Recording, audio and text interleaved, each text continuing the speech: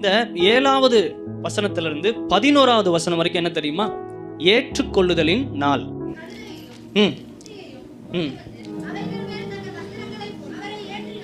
அவரை அதன் மேல ஏற்றினாள். திரளான ஜனங்கள் தங்கள் வஸ்திரங்களை வழியிலே விரித்தார்கள். வேறு சிலர் மரக்கிளைகளை தரித்து வழியிலே பரப்பினார்கள். திரளான ஜனங்கள் தாவீதின் குமாரனுக்கு ஓசன்னா. இந்த ஏற்றுக்கொள்ளுதல் நாள் நம்ம பார்க்கறதுக்கு முன்பாக இந்த கழுதைகளை குறித்து கொஞ்சம் பார்ப்போம். இப்ப எங்கேயோ இருந்த கழுதைக்கு மேன்மை கிடைக்குதா இல்லையா?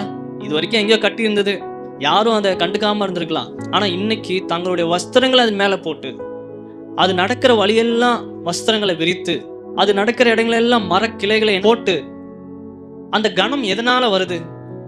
கழுதைக்கு கணம் இல்ல, கழுதைக்கு மேல இருக்கிற இயேசு கிறிஸ்துவினால கழுதைக்கு கணம். இப்போ உங்க மேல இயேசு கிறிஸ்து இருந்தா உங்க வாழ்க்கையில உங்களுக்கு என்ன இருக்கும்?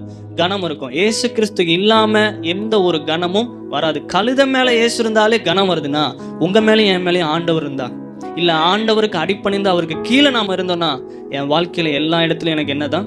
கணம். இத்தனை பேருக்கு உங்களுக்கு புரியுது? அப்போ ஒரு கழுதையின் மேல இயேசு வந்தால் அந்த கழுதைக்கு சகல ஜனங்களும், கழுதை ஆச்சரியப்பட்டு, நேத்து வரை என்னை பார்த்துக்கிறதுக்கு யாரும் இல்லை, எல்லாம் என்ன பண்ணியிருப்பாங்க? மற்றவங்களை திட்டத்தை கூட அந்த பேரை தான் யூஸ் பண்ணியிருப்பாங்க. அப்படி இருந்த கழுதை ஒரே நாள்ல கர்த்தருக்கு வேண்டும்னு வந்த உடனே, கழுதை நினைச்சிருந்தா ஓடி இருக்கலாம், அது எதுவுமே சொல்ல, நான் எதுக்குமே யூஸ் ஆகல, நீங்க யூஸ் பண்றீங்கன்னா யூஸ் பண்ணுங்க. குனிஞ்சோடனே அவர் என்ன பண்ணிட்டாரா? மேல ஏறிட்டார். மேல ஏறினோடனே எல்லா கணமும் காலுக்கு கீழே வருது. அப்போ கர்த்தருக்கு கீழே இருந்தா சகல காரியங்களும் நம்ம காலுக்கு கீழே.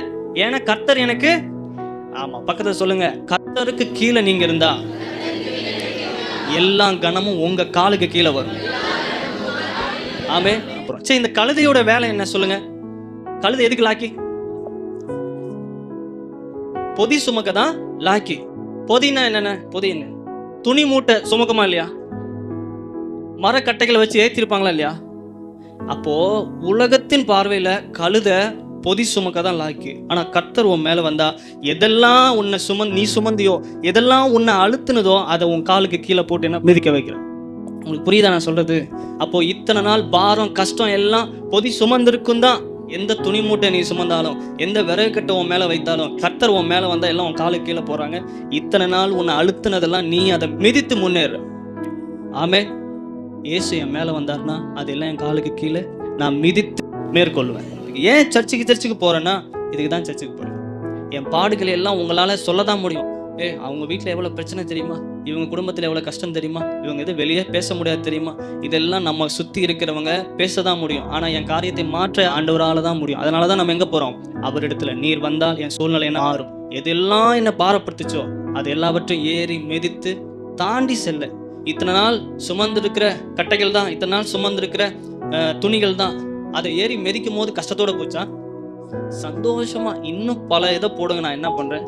தாண்டி போகும். அப்ப இயேசு என் வாழ்க்கையில் வந்தா இதெல்லாம் ஒரு கஷ்டமே இல்லை. இன்னும் 1000 வந்தாலும் அவருடைய நிழலுக்கு கீழே நான் இருந்தமானால் எனக்கு ஒரு பிரச்சனை என்ன மேற்கொள்ளாது. அதெல்லாம் நமக்கு சந்தோஷமா, அதெல்லாம் கனமா என்ன மாறும்.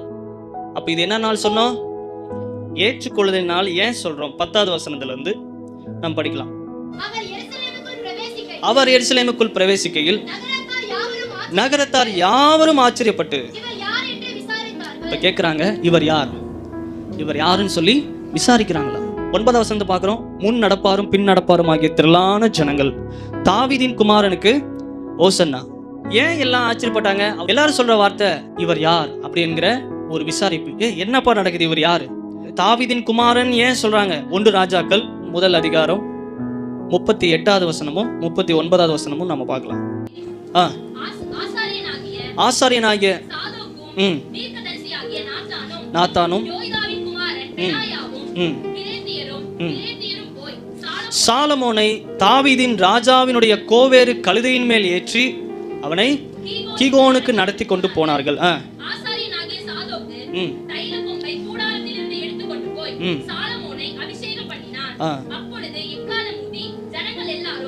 சாலமோனை ராஜாவாய் முதல்ல கொண்டு போய், தாவீது உடம்பு சரியாம இருக்கிறாரு, தாவீதுடைய குடும்பத்துல இன்னும் சிலர் எழும்பி ராஜாவாக போறாங்க. அந்த நேரத்துல டக்குன்னு போயிட்டு சாலமோனை எங்க ஏத்துறாங்களா?